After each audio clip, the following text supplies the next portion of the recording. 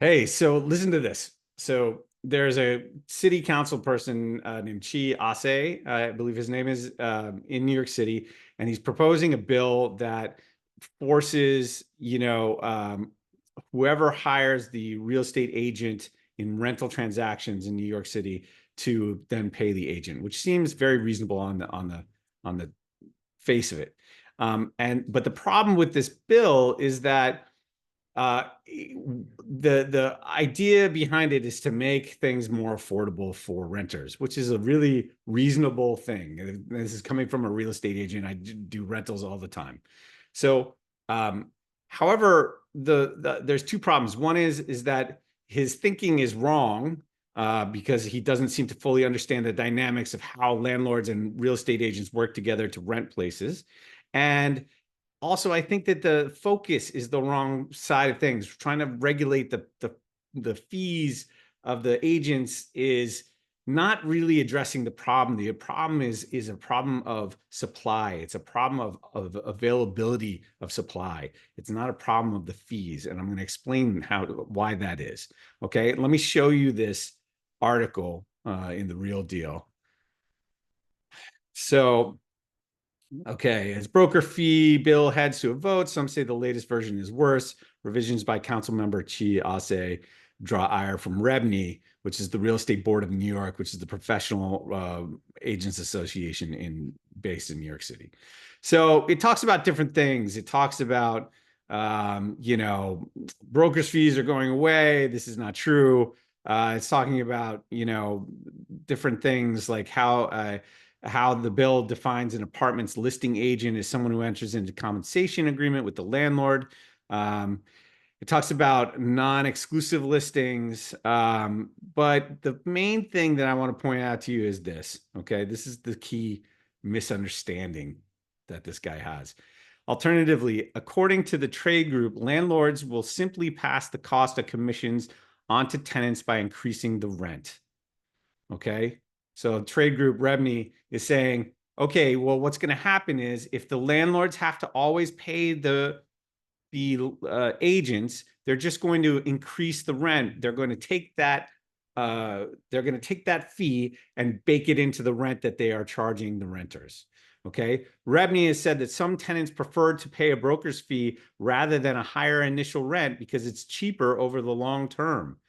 Osse disagrees, saying free market rents are determined each year by market economics, not by the base rent a tenant pays upon first leasing a unit. Okay. This is just wrong. Okay.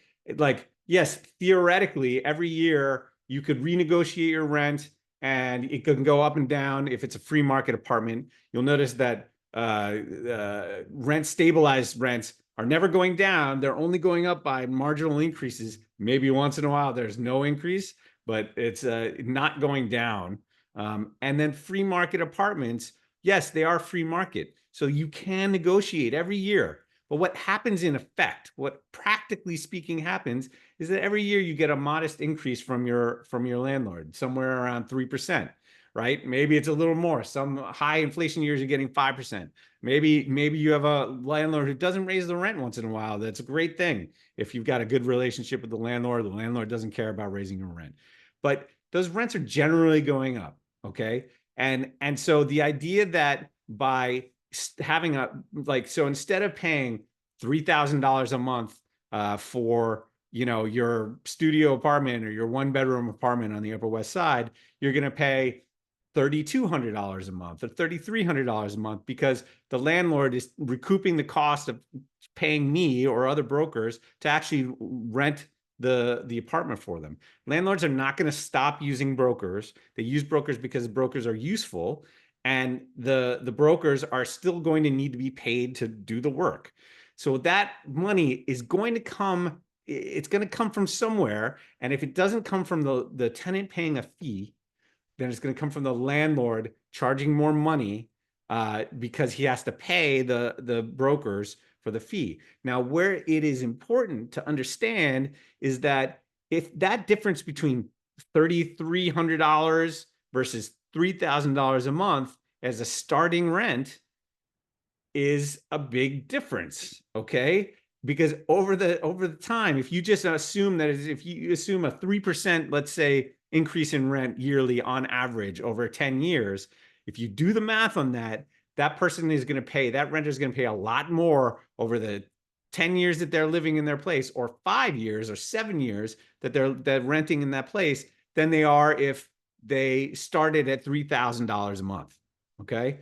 That's the thing. Knowing what I know, and knowing that we always end up living in places longer than we expect, like whether we're renting or buying, then I would choose to pay the fee up front, and then take the lower rent, so that I have less less compounded increases over the long term.